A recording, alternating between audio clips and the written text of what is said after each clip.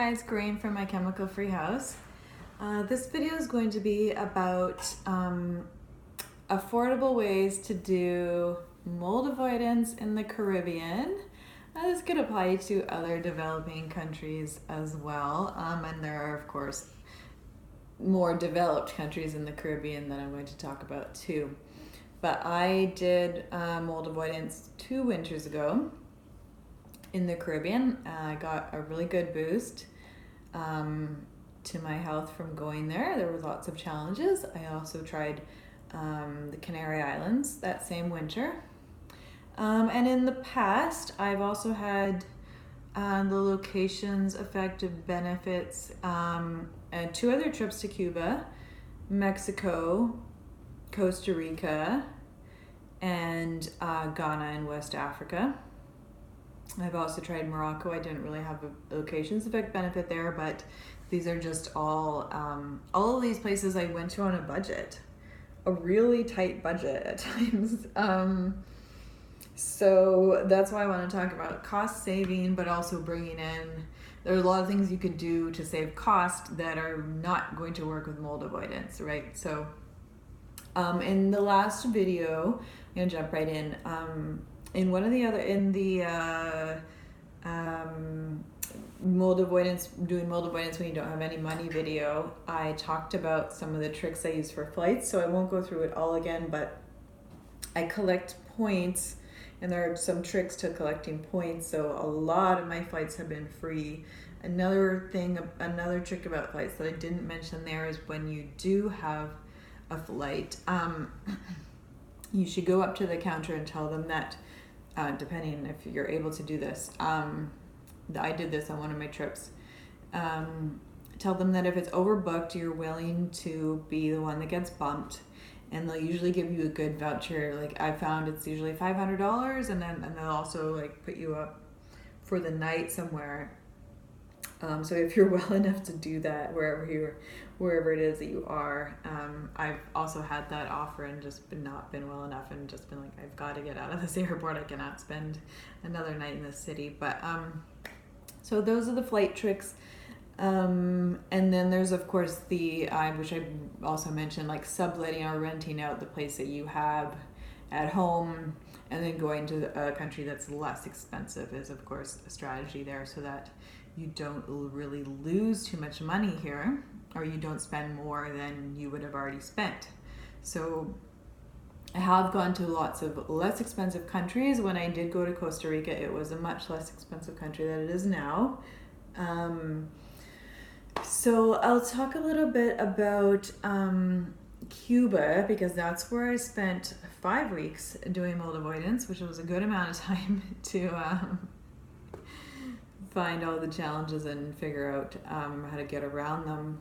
And some of them you might not be able to get around. And so I'm not necessarily recommending Cuba. It's actually quite a difficult place in many ways. But I wanted to talk about, I chose Cuba because, and I think I mentioned this in that video too, the really low cost of B&Bs, really low cost of food, transportation, everything you need to buy there is going to be low cost. So, that was my reason for going to Mexico. That was my reason for going to Costa Rica and Ghana. I had a job there, so I was working, but it's also a low cost place.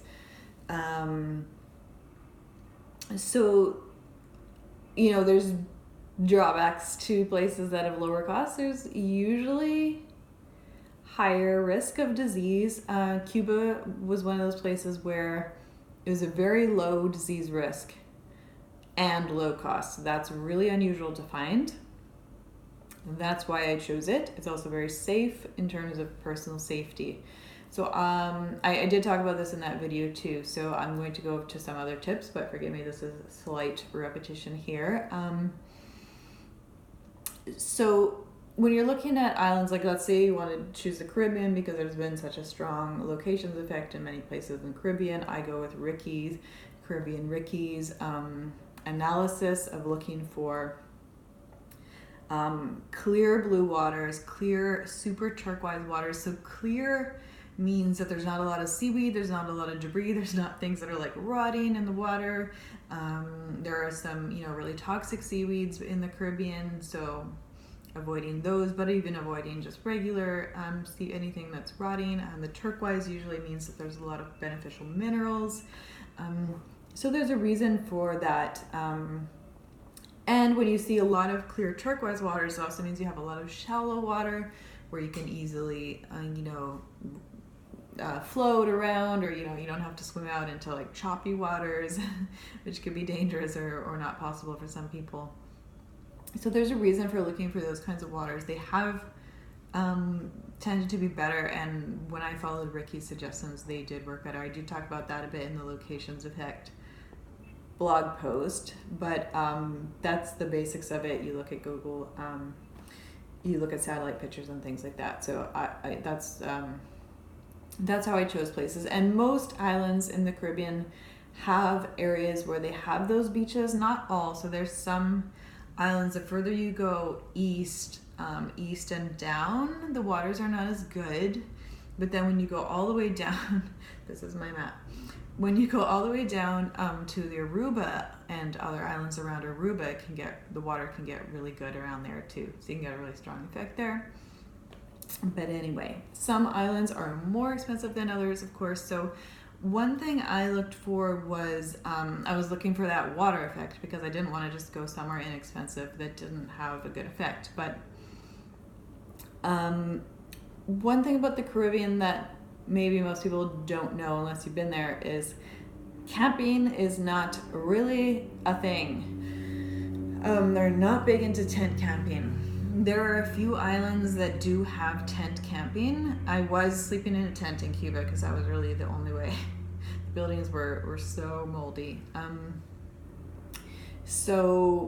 But they don't technically have tent camping. So some of the islands that have tent camping, I think I've seen in the Bahamas. And not all the islands. You want to go a little more south in the Bahamas, not being like right next to Florida, tends to not be as good. But I've seen it. It wasn't cheap. It definitely wasn't cheap. But if you want that Locations Effect, there was some tent camping. I think it was some kind of yoga center, yoga retreat. So sometimes those kind of places might be offering tent camping. And I don't think it was technically an ashram, but look for kind of yoga retreat centers. You can look for permaculture farms. Those are not necessarily going to be on the most desired turquoise beaches, because those are also the popular tourist beaches, because the tourists, obviously that's just something most people like. So Puerto Rico has some tent camping that's quite very, very expensive, really. It's not dirt cheap, but it's really good price there. That looked like a really good beach to me too. That was a good find. You can find that in the Locations Effect group on Facebook. U.S. Virgin Islands had some camping and some glamping, and pretty inexpensive. So for glamping can mean different things. It could mean that there's a simple wooden hut. It's a little more expensive than you would think, often in the Caribbean, because people are going there for vacations, and so the prices go up. But glamping can also be extraordinarily expensive on some of the nicer islands in the Caribbean, or some of the more developed or upscale, or however you want to call them, more popular islands for tourists, and even for like richer types of tourism. Glamping can be really expensive, so unfortunately camping is not always cheap, but those are a few places you can camp near good places. There was quite a bit of destruction to some campgrounds in the U.S. Virgin Islands and other places around there. There were some really nice campgrounds that really got wiped out. And it's not that it's difficult to rebuild a campground, but some of them lost so many amenities that they actually last I checked, have not been totally rebuilt. But you could check on that. And they may be offering more primitive camping now, but they may not have all the amenities. And then you also might not want to go in hurricane season. I mean, in general, you're probably going to evacuate if there's a hurricane coming, but you know, you're in a tent. You would have to be very prepared to evacuate if you're in a tent, for sure, and know that the campground could get wiped out. So there's quite a few islands that don't have any campgrounds at all. Cuba officially, as I mentioned, doesn't have camping, but, and I kind of talked about this a little bit, there's different norms in different countries around the acceptability or how acceptable it is to camp in places that are not campgrounds, like balconies and porches and backyards and front yards, rooftops, which is what I talked about. So in Cuba, that was really acceptable. However, you still have to find a really good, in terms of mold, house, because the houses are just obscenely moldy.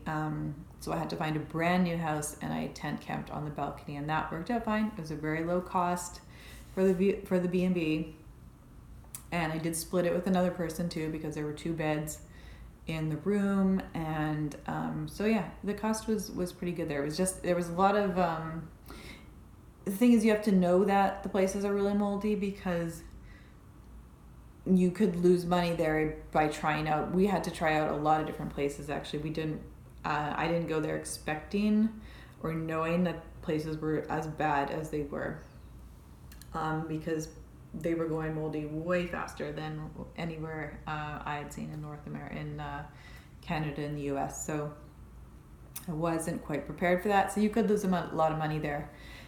So you have to know a little bit about, I don't think you should over research again. You know, I've always say, like, don't over research to the point of not doing anything, but knowing a little bit about these factors that could be very different. You know, finding the food you need, and even though it's low cost, right? Can you find the food you need? In Cuba, they don't have grocery stores. They have a little stores that sell like a very basic food, and then groceries are sold on like fresh produce and meat and things are sold at all these different places that can be really difficult to access. I'd hired someone to, which is very affordable, but I hired someone to go find food for me. It was like really totally different, right? And that's not totally unusual for developing countries. I mean, that's not something I was totally unfamiliar with because of living in Ghana for a year, and I've been back to Ghana since then too. But yeah, you don't just go to a grocery store and find everything you need.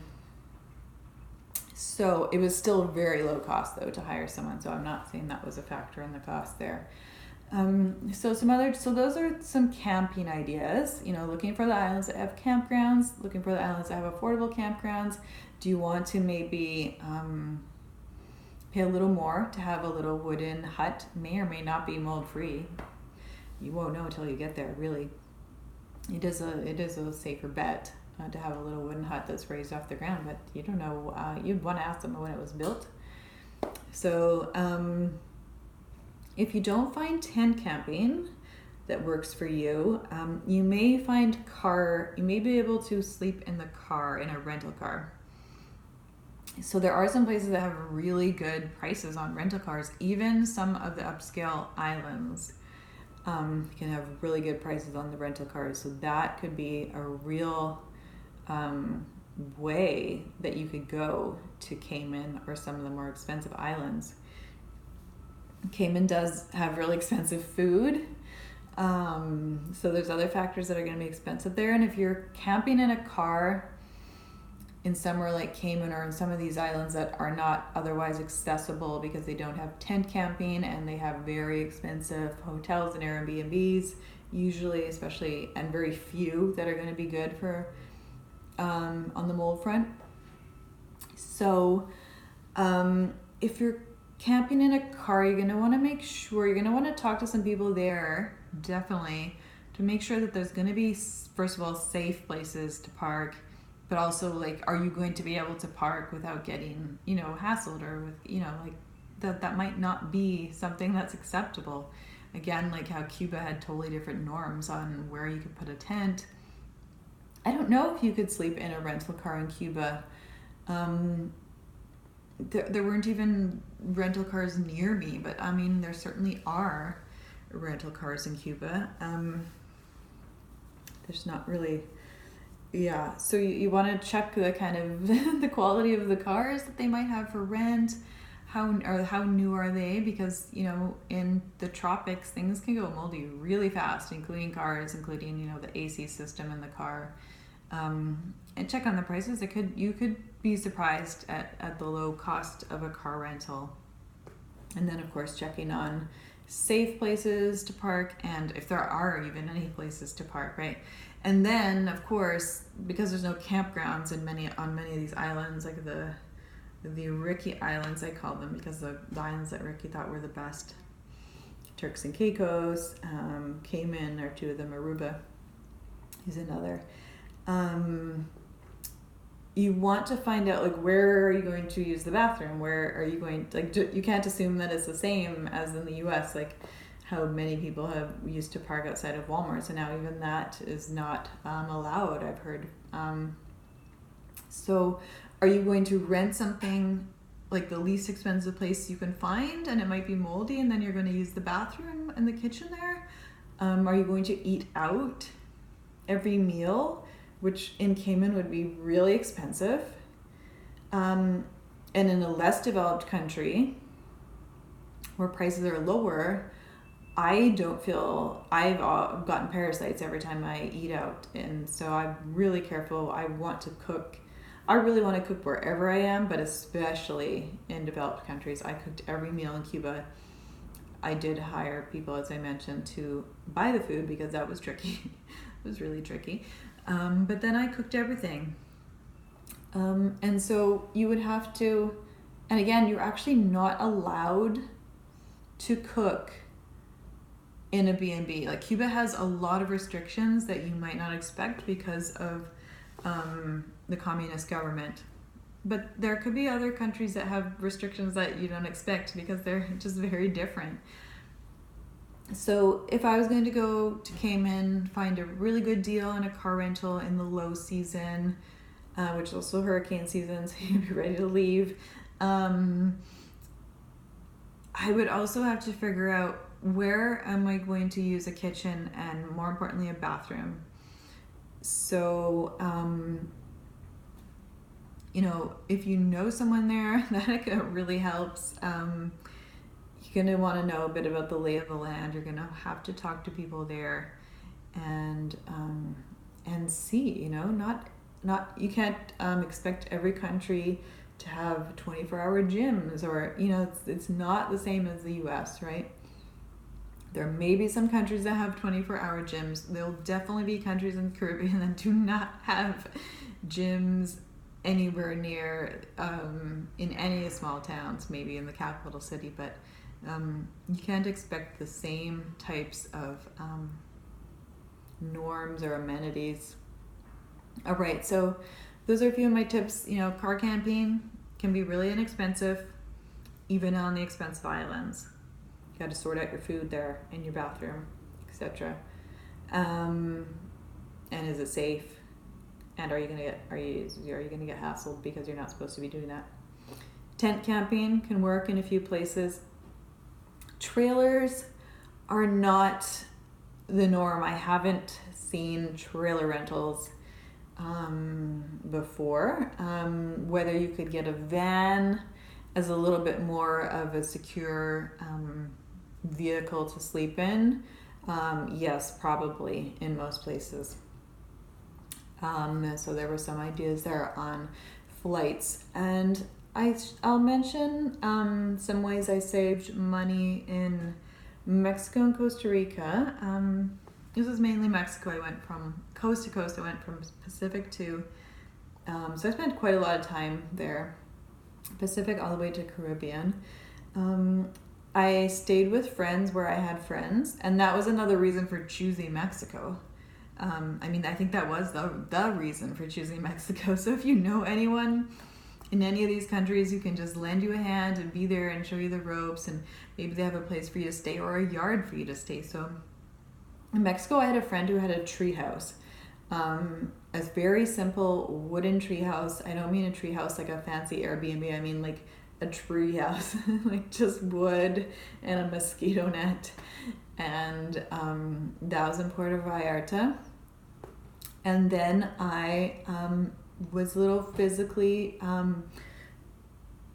had some physical ability at that time. So my next stop was a permaculture farm where I did a work trade. And I talked about that in the other video. You could go through sites like wwoofing. And so I worked not that many hours a day, maybe 4, in exchange for another really new wooden cabin, raised off the ground, super good condition, not moldy. There was an outdoor solar shower that was also very new. That place was very good, and that was free room, free food in exchange for working. And then of course I did have to pay for like a few hotels, but they were cheap, and that's not always going to work for mold avoidance. So I wasn't as sensitive at the time that I was in Mexico. I was sensitive though. And I ended up on the Caribbean coast. I had another friend there. I'm very lucky to have a friend on Isla Mujeres. That is a gift that I had. And so those were some of the strategies there. The work trade really for people that have energy, and because you can often camp in those places. Or they have these simple wooden cabins that can actually be really hard to find to rent. They do exist. There are some in Mexico, really simple wooden huts that are pretty good price, pretty well priced.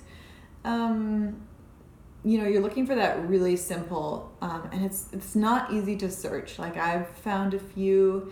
There might be a few on my Pinterest page. If there aren't, I'll add them. That's where I compile places that I think look good. But again, like the photos could have been taken when it was new. If you have a thatch roof, you don't know how long that's gonna last.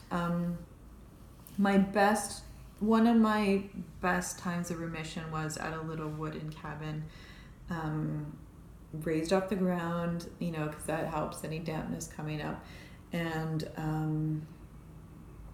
did have a thatch roof, and that was almost 100% remission. That was in Costa Rica. It was so long ago. There's no point in mentioning the town. The town was Tortuguero, if you want to look it up, but it was so long ago I wouldn't necessarily go off those wooden huts still being okay from that long ago. All right, so let me know if you have any other tips there. I know it's always a lot of research, and there's always a lot of uncertainty if you haven't been there before. And I would be very cautious with buildings. Like I wouldn't just go, especially if you're already in the super sensitive category. I do think you should be cautious and not assume that you're going to find a building that's okay unless you can test out many buildings, many hotels that look like they could be good online, or many Airbnbs, which you'd have to pay usually to test them. They may allow you, in many countries you can just ask to come by, and that's way more acceptable to go see them. In Cuba you could just walk around the town, and the B&Bs have a little sign on them. They're not called B&Bs there, but they have their little local sign. So we, my friend that I was with in Cuba, we walked around the entire town. There was a little village really, but there were like dozens of B&Bs. We tried so many. We looked at so many. We looked at almost everyone. There must have been more than 30 in this little village. There's so many B&Bs in Cuba, but one of them was good in the entire area. So it's really challenging, and I would take some caution there. I would look at camping areas. I would look at it's not usually affordable to rent a whole place that has a big yard to camp. That's an option, but it's not usually an affordable one, and you still have to go inside that house to cook and use the bathroom. So I would take caution with buildings in tropical areas and look for these places. There are some kind of, in Mexico, there's some places recently that I've seen that have these little wooden huts set up, and they might have like an outdoor bathroom or a semi-outdoor bathroom, and they might have an outdoor kitchen. There's a place like that in Hawaii as well, so that's not a totally uncommon setup, and that could be really good if they'll let you bring a tent or if they'd let you sleep in the car there as well. That's not usually as safe in Mexico, but there are places that are safe enough to camp in Mexico. So, all right, I've talked a lot. Hopefully that's some ideas: tent camping, car camping, work trades, little wooden huts, saving money on flights, etc. All right, bye for now.